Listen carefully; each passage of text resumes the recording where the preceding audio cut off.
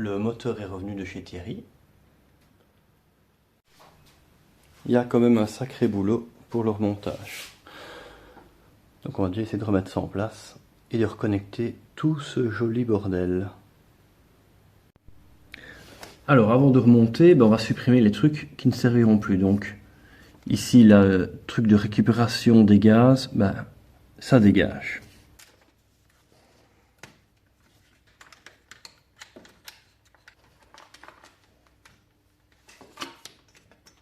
Et voilà. Donc on a démonté le canister. Voilà, ça, il n'y a plus besoin. Le tuyau ici, il ne faudra pas le réinstaller. Et l'araignée donc qui va se remettre sur les papillons pour l'injection ici. Le boîtier de contrôle qu'il faudra bien sûr bypasser. Donc si on n'a pas ce boîtier, la moto sait qu'il y a un souci. Donc ce qu'on va faire, c'est qu'on va installer un petit détrompeur. Et ça dégage. Voilà, donc à la sortie, on vient glisser juste un détrompeur. Alors les papillons, c'est pas grand chose à faire, donc c'est juste des petits capuchons qu'il faut remettre au niveau des petites... où les durées devaient se mettre pour empêcher quoi que ce soit de rentrer ou de sortir. Ça va vite régler. Voilà, donc la genre d'araignée d'air venait se mettre ici, sur les 4 petits papillons ici. Et dans le kit fourni, il y a des tututes. On va boucher ces petits trucs.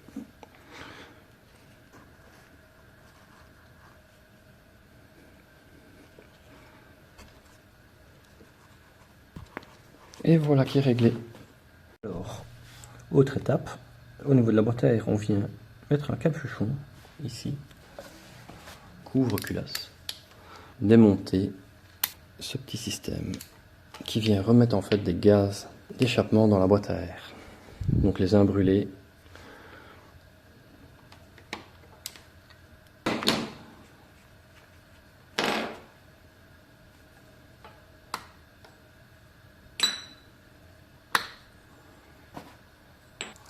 On vient retirer ces petits caches. Donc on fait ça avec des petits clapets donc, qui s'ouvrent en fonction de la demande. On vient remettre un petit joint en papier et on vient les reglisser un capuchon.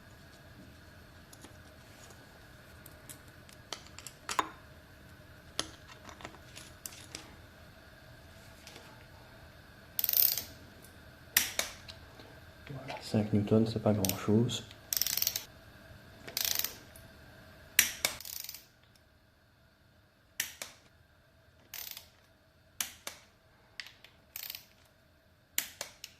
Le filtre. Si vous ne le remplacez pas, c'est toujours bon de le nettoyer aussi, passe un petit coup de soufflette. Voilà, on pousse le filtre. Et là on a accès à la boîte à air. Donc ici vous voyez les cornets d'admission avec le moteur qui vient pousser au niveau des cornets pour faire un changement de hauteur des cônes pour changer l'admission et au niveau du régime moteur. On glisse le filtre dans le cadre.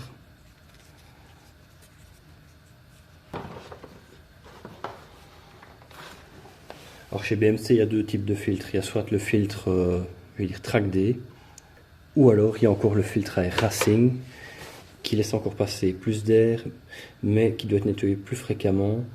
Et autre problème, je pense que pour les journées pluie, il est déconseillé. Donc s'il faut commencer à démonter sa boîte à air chaque fois qu'il pleut, on n'est pas sauvé. Donc j'ai dit qu'on mettait aussi une nouvelle ligne d'échappement. Donc qui dit ligne d'échappement dit plus de valve d'échappement. Donc on va dégager le moteur de valve. Alors, le moteur de valve, ici on a les 2 câbles qui allaient à l'échappement. Voilà.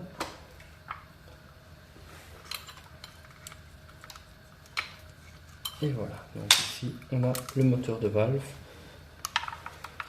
le petit connecteur, voilà.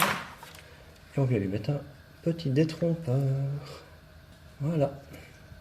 Et donc celui-là on va essayer de le fixer proprement par la suite. Alors maintenant on peut présenter le moteur. Moteur. Donc on a deux solutions, soit on glisse le moteur en dessous et on le lève pour qu'il arrive à hauteur des vis de fixation, ou alors on lève la moto, on glisse le moteur en dessous en mettant des épaisseurs et puis on redescend pour arriver juste. Je crois que je vais prendre la deuxième option.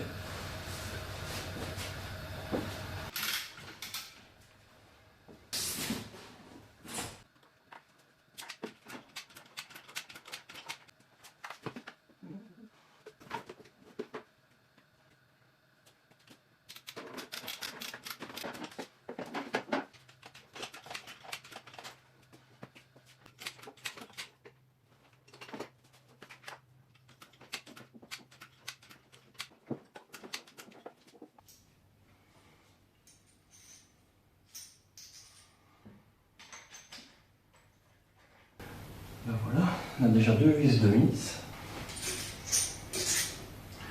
Rappel, la bague couleur alu extérieur, on voit qu'il y a un cône. Le cône écarteur rentre ici. Comme ça il s'emboîte bien.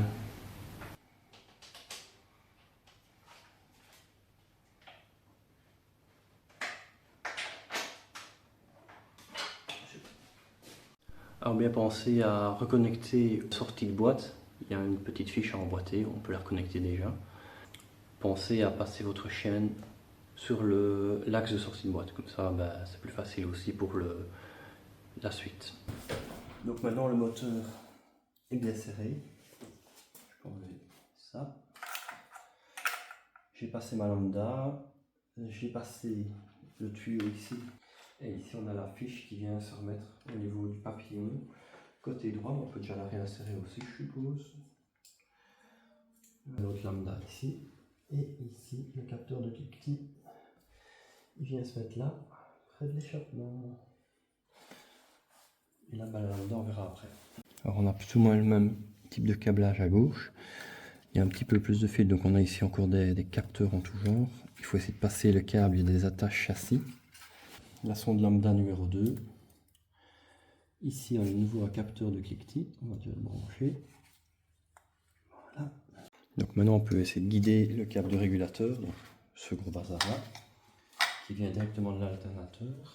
Et ça se reconnecte au redresseur. Donc, là, je mets le câble plus ou moins fait. Et pour suivre notre amorto ici pour le connecter. À présent, on va fixer les relais.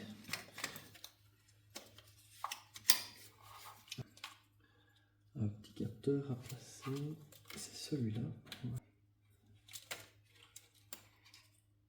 Clic. Ça c'est le capteur de la béquille, donc il doit être ici par là après. Là j'ai ma lambda. Ok, ici ça c'est le petit boîtier, le shunt pour le servomoteur de la valve d'échappement. Alors on peut reconnecter le démarreur.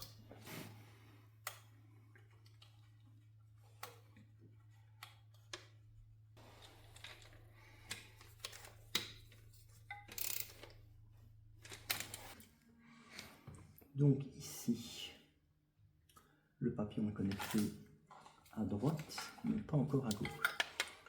Donc, pas beaucoup de place. Voilà, c'est connecté et sécurisé. Voilà. J'ai ma rampe d'injection qui vient là. Donc les vis, je les avais laissées sur les papillons, comme ça c'est facile à retrouver. On installe la première rampe d'injection.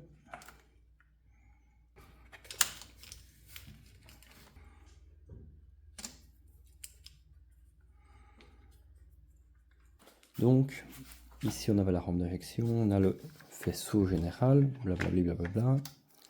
Donc on arrive ici devant, donc on a un paquet de fils qui part. Donc qu'est-ce qu'on a?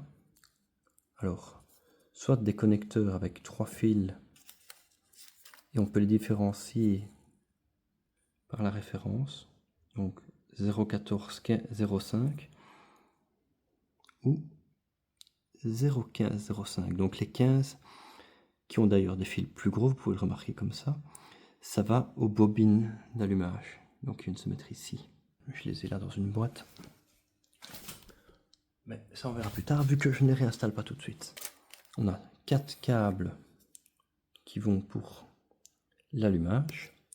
Ça, vous les retrouvez fatalement dans l'ordre où ils arrivent.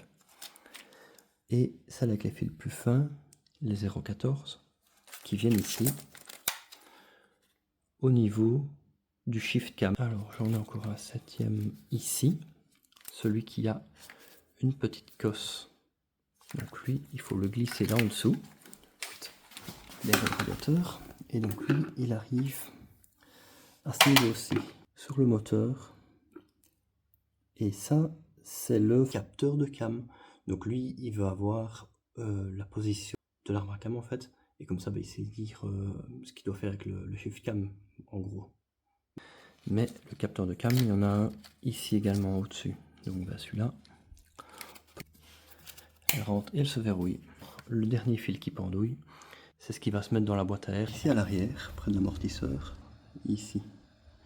Ce petit boîtier-là, j'avais la fiche qui restait pendante, mais le boîtier n'était pas là. Donc j'ai réinstallé le boîtier, je l'ai reconnecté. Donc ce boîtier-là, c'est le boîtier pour la pression des pneus. Bon, personnellement, j'en ai rien à caler, je m'en sers pas, mais voilà. J'ai quand même rebranché parce que je sais bien que chez BM, quand on débranche un truc, en général, il y a tout qui flanche. Bon, en fait, je m'étais planté, j'avais inversé la fiche de la lambda et la fiche du shifter. Donc c'est pile la même, c'est déjà malin aussi. Donc j'arrivais pas à raccorder celle-là au shifter, c'est trop loin, donc je me suis dit, il y a un souci. Puis je me suis dit, ah oui, mais le faisceau pendait de l'autre côté, j'avais débranché, je l'ai rebranché, mais je m'étais dit, une fiche ne peut pas aller à deux endroits différents, un peu le système comme l'informatique, mais visiblement, non. Ils se sont dit, non, on va mettre des fiches qui peuvent aller à d'autres endroits, ça va être sympa. Soit. Donc, le shifter, c'est pas la lambda, donc j'ai remis la fiche qui était connectée à la lambda au shifter, et donc on arrive pile dans des bonnes dimensions, donc ça peut être que ça. Et la fiche de la lambda, elle est ici, je l'ai reconnectée aussi. Pour mettre la boîte à air, on est obligé de mettre le silencieux d'entrée d'air, que ça s'appelle. Voilà, donc cette partie ici. Les injecteurs vont venir se refixer aussi dans la boîte à air. Voilà. Donc après on refixera le faisceau. Et là on a ici un faisceau qui doit venir bien là, la température en fait. Et ça c'est les cornets d'admission. Voilà, donc j'ai refixé le faisceau. Ne pas oublier ici la mise à l'air du moteur en fait. Donc de la boîte à air, on a un tuyau qui repart pour faire une mise à l'air. Faire le tour des boîtiers, vous saurez ce que c'est. Ça sert à calculer l'inclinaison de la moto. Donc ça donne l'info du degré d'angle pour gérer l'antipatinage. Ici il y a quelques fiches, donc là c'est le boîtier qui commande le moteur de valve. Et vu qu'il a été dégagé, j'ai mis un détrompeur de chez Iltech. Je pense que là il ne viendra pas. Ici on a les deux fiches qui viennent au réservoir, donc le niveau avec les 3 fils et celui avec 4, c'est la pompe. La durée d'alimentation en essence qui repasse ici. Les différents injecteurs. Stop, on arrête tout. Là je me suis planté. Donc je vous rappelle, la moto je l'ai eu à moitié démontée, il n'y avait déjà plus de boîte à air dessus, donc voilà, c'est un peu ma petite excuse de m'être bourré. Le faisceau, je n'ai pas regardé plus que ça, j'ai essayé de prendre les fiches où elles allaient. Voilà, j'aurais dû faire plus attention, mais j'ai inversé la fiche qui allait alimenter le système d'air, donc le système de recyclage des gaz, et un injecteur. Donc j'ai cru le détrompeur, je l'ai mis à un endroit, mais il faut le mettre plus haut. Voilà, donc il y a deux fiches. Encore une fois, merci bien d'avoir fait des putains de fiches identiques. Là je dis chapeau, mais mon erreur vient de là. Donc il y a la fiche qui sert pour l'alimentation du recyclage d'air et des injecteurs qui est identique. Donc méfiez-vous, ici je suis dans le mauvais, je m'en rendrai pas compte tout de suite et je m'en m'en rendrai compte qu'une fois le moteur démarré. Donc ça fonctionne normalement parce que c'est la rampe d'injection secondaire, donc elle n'est pas alimentée en permanence. Mais j'avais quand même un bruit au démarrage. Et maintenant, après coup, je sais c'était quoi.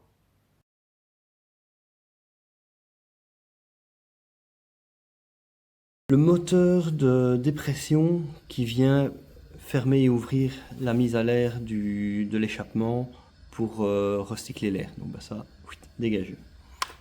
Le joli boîtier ici, c'est un boîtier qui permet de gérer les suspensions électroniques.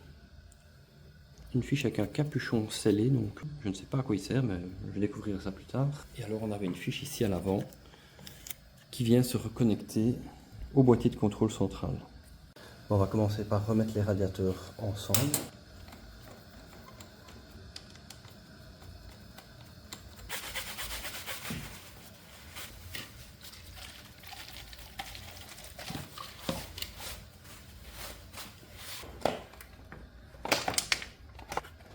Pour le liquide de refroidissement, les pattes qui étaient fixées au châssis, clics, clics. Voilà, premièrement. Donc ici, je suis venu remettre aussi le cache de protection pour la chaleur d'échappement. Donc ici, on vient remettre la vis.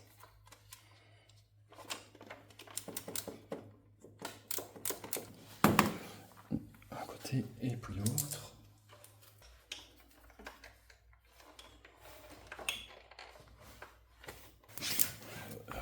Remettre les fils en place. Ventilateur. Bouchonné, je ne sais pas ce que c'est.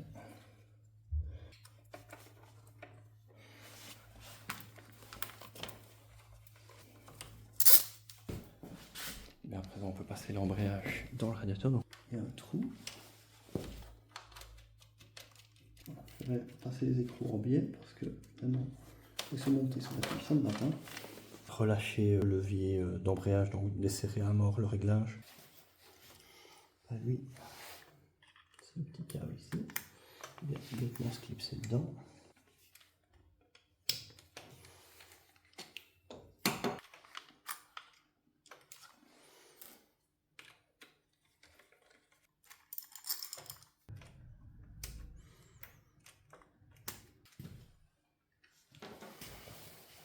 Et alors ici, on vient serrer un peu l'embrayage. Réglage parfait ici, comme ça on a plus de jeu au levier d'embrayage pour pouvoir jouer éventuellement. Ce boulon-ci, on les serre à la main, c'est un serrage pas trop serré, on va dire, mais quand même suffisamment pour pas que ça foute le camp en roulant. On va reconnecter les tuyaux d'huile et de refroidissement.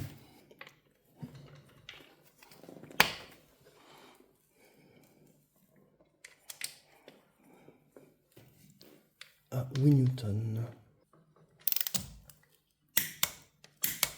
Voilà. À 8 Newton.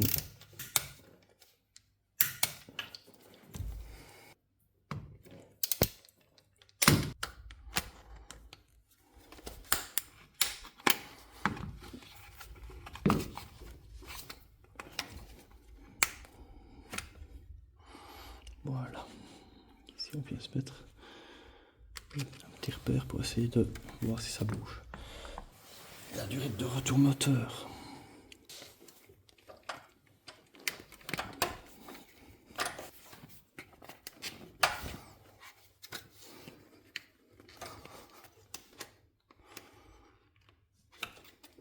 Voilà, on met une petite flèche comme elle devait être. Voilà. On vient poser ça à fond. Voilà, ici le capteur de lambda, donc la fiche qui vient se connecter. Un quart de tour. Remettre le cache des relais qui est bêtement se clipser. Voilà, mon shifter. 8 Newton aussi.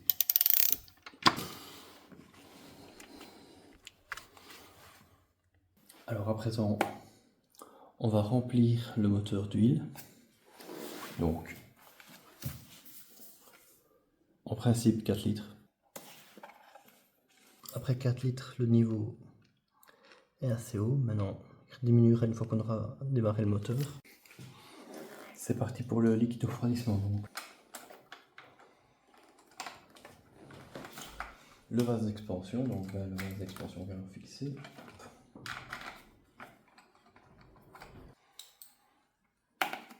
Petit retour ici,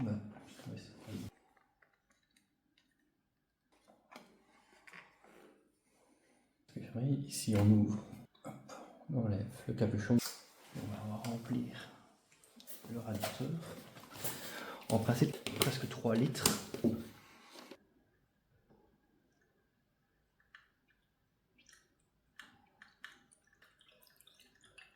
peut aider en poussant un peu sur les tuyaux pour faire sortir les bulles d'air qui restent.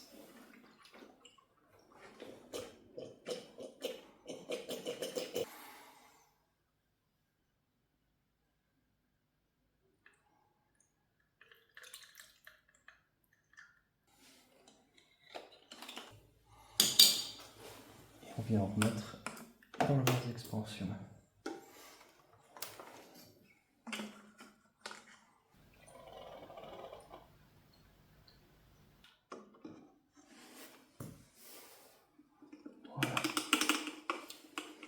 Et maintenant c'est parti pour l'installation de la ligne d'échappement. Donc on va partir sur une ligne Spark, donc ça va être sympa.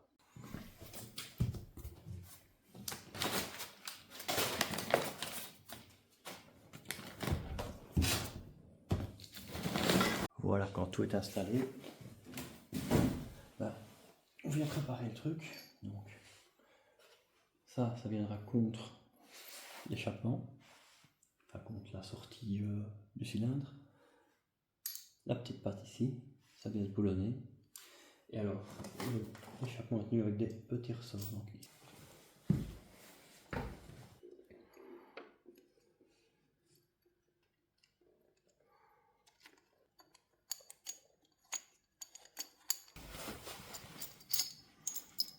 voilà.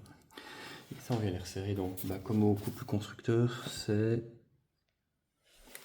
14 newtons.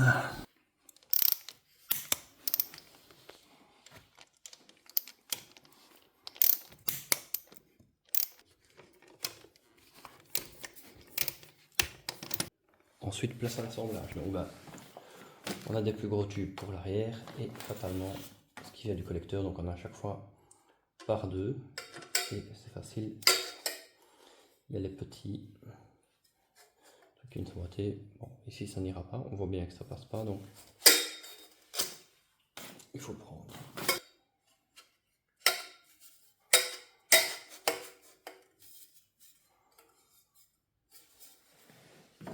Donc par deux.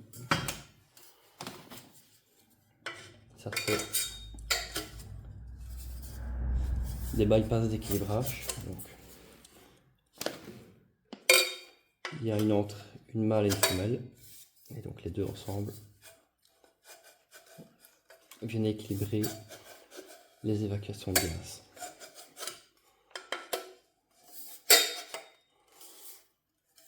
Voilà. Et donc ça,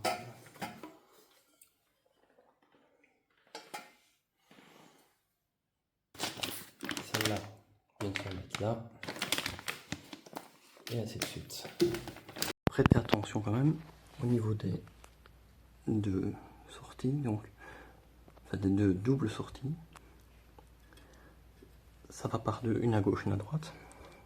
Mais c'est pas deux les mêmes, parce qu'à chaque fois il y a les pattes et elles ne sont pas identiques. Donc il faut bien faire attention au côté qui va à gauche et au côté qui va à droite. Donc une fois qu'on a installé les ressorts, pour venir serrer contre l'échappement, on peut passer à la suite. Donc 4 en 2, et ici ça va être le 2 en 1 après. Donc là il y a les trous pour les fameuses lambda. Et alors ici il y a l'autre partie de l'autre côté, donc qui vient se refixer ici. Donc ici il y avait le catalyseur qui était repris sur les deux cylindres blocs. On a retiré la patte avec les cylindres blocs, et donc ici on vient glisser l'échappement dans le nouveau cylindre bloc. Alors Les ressorts qui tiennent l'échappement, c'est une chirie, on est d'accord. Ben, j'ai une petite astuce pour vous. Vous allez voir, c'est une connerie, mais ça va tout seul après. Ou alors il faut l'outil adapté pour tendre les ressorts, mais il n'y a pas grand monde qui a ça dans son garage. Donc, allez, je vous montre. Votre ressort, donc ici, il vient se glisser là. On va le mettre dans l'autre sens même, ça sera encore plus propre. Et ici, vous venez avec un colson, un bête petit colson de mes deux.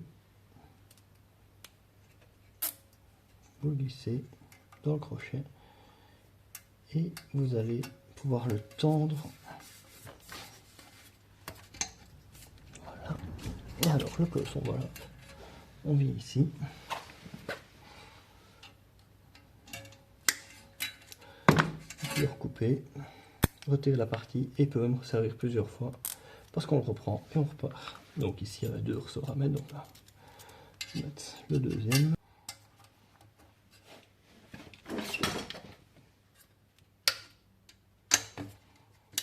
Et voilà. Et alors bah ici,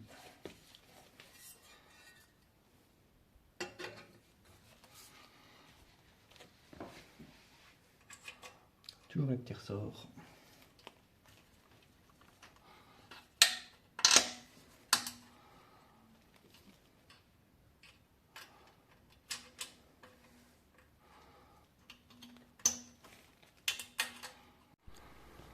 Et donc maintenant qu'on a fixé la patte, on peut fixer le silencieux. Donc pareil avec deux ressorts.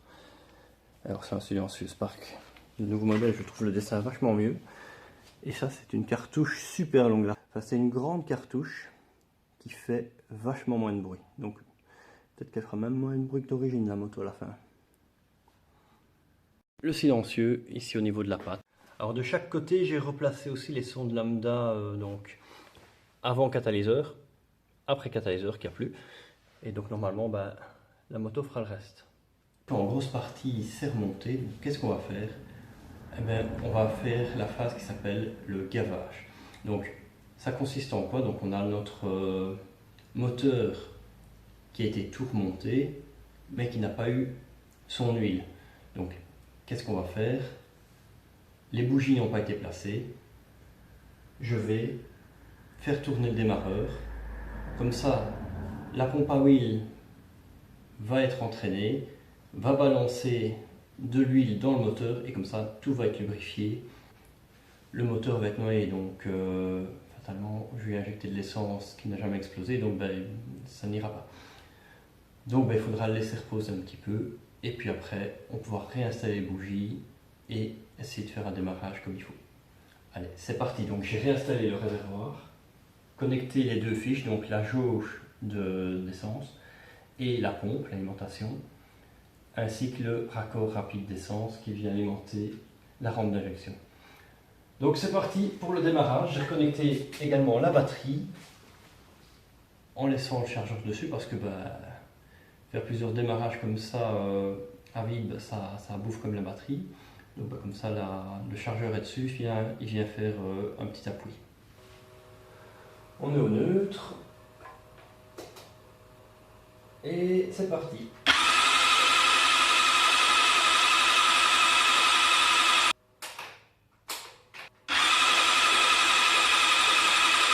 Voilà.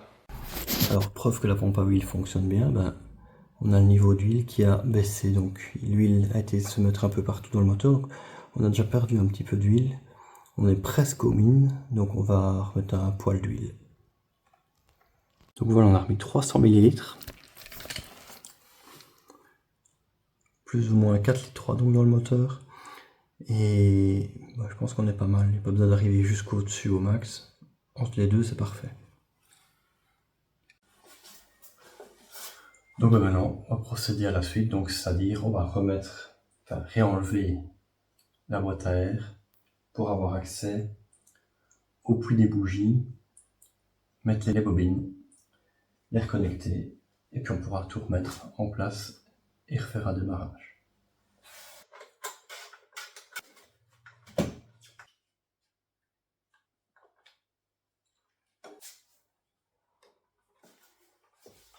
Voilà, boîte à air dégagée.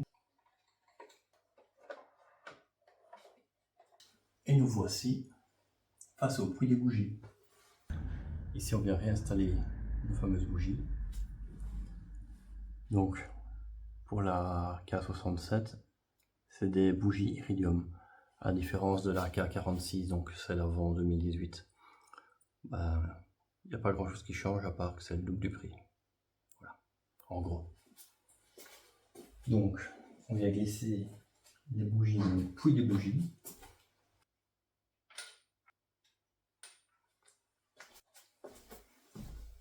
Donc à présent, on va serrer les bougies au couple. Donc pour ça, il vous faudra une clé à bougie, idéalement une douille à bougie. Donc chez BM, c'est du 14. Donc avec du 13 et du 15, donc j'ai dû commander la douille à bougie de 14. 12 Nm. Donc c'est important, pas serrer trop fort, pas aller flinguer le filet des cylindres, sinon c'est la misère. Donc c'est parti pour le serrage. La fameuse douille à bougie aimantée. Donc ici on sait du grip pour la main, elle est vraiment pas mal cette douille.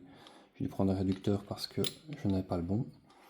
Donc on glisse dans le puits à bougie. Les deux extérieurs, c'est un peu galère parce que y a le châssis qui vient faire chier.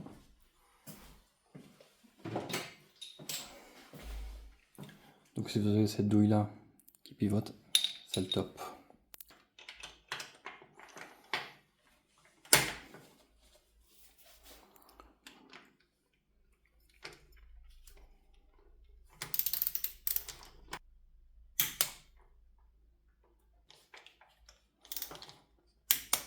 Les bougies sont en place, on peut venir replacer les bobines d'allumage sur les bougies et les reconnecter bien sûr pour qu'elles fonctionnent, c'est mieux.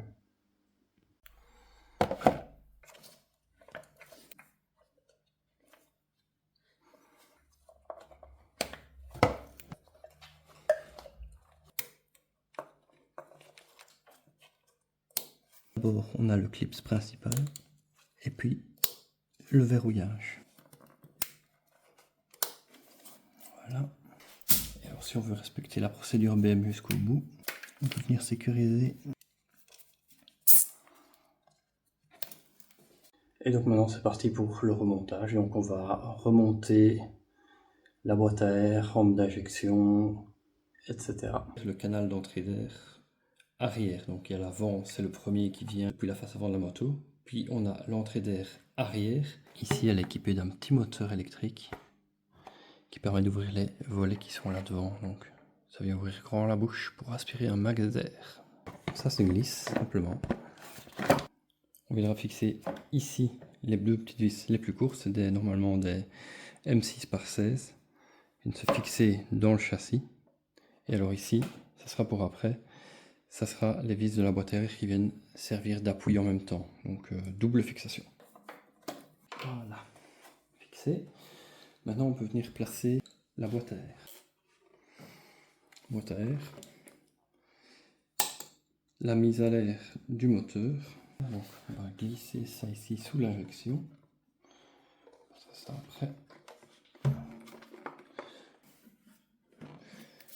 Poser ça comme ça.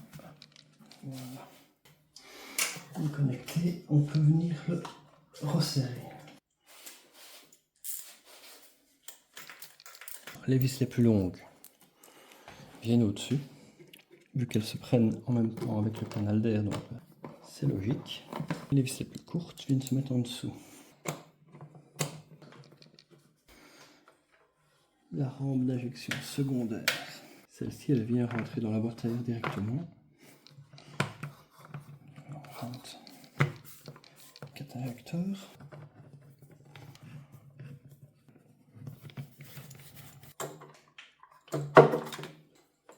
On va ramener le faisceau.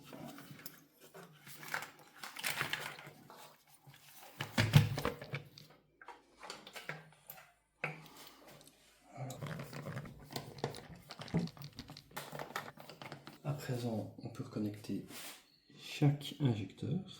Voilà, ça vient se verrouiller.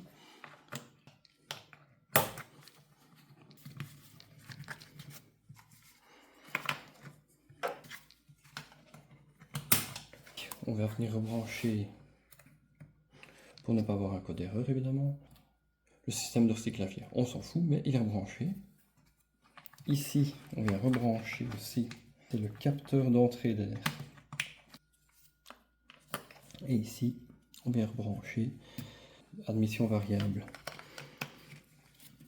Voilà, bien la reclipser aussi.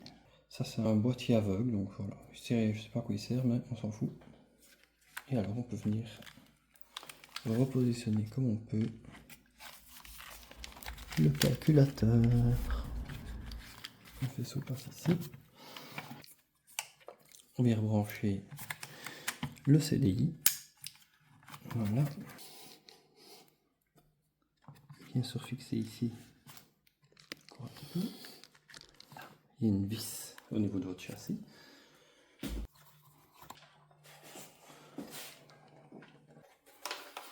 Donc le réservoir, 2 boulons M7 ici, M6 ici.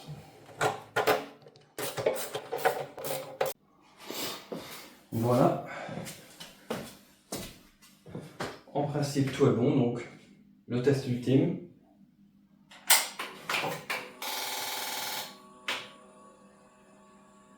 Ce claquement, je ne sais pas ce que c'est, mais il est bizarre, mais enfin on verra bien.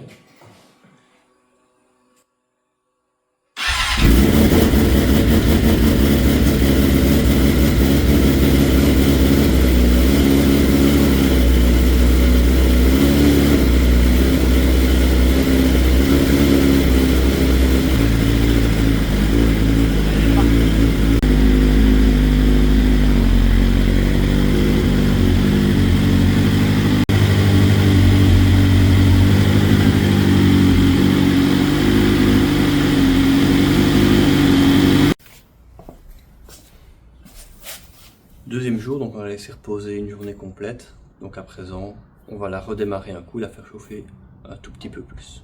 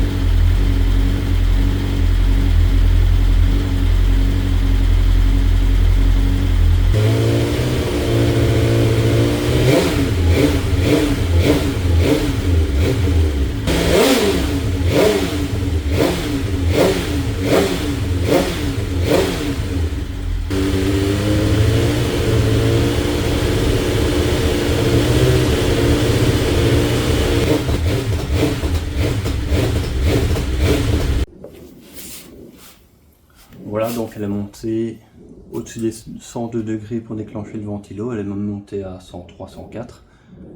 À présent, je l'ai laissé redescendre au ralenti. Elle est redescendue jusqu'à 95. Voilà, c'est bon, ça fonctionne.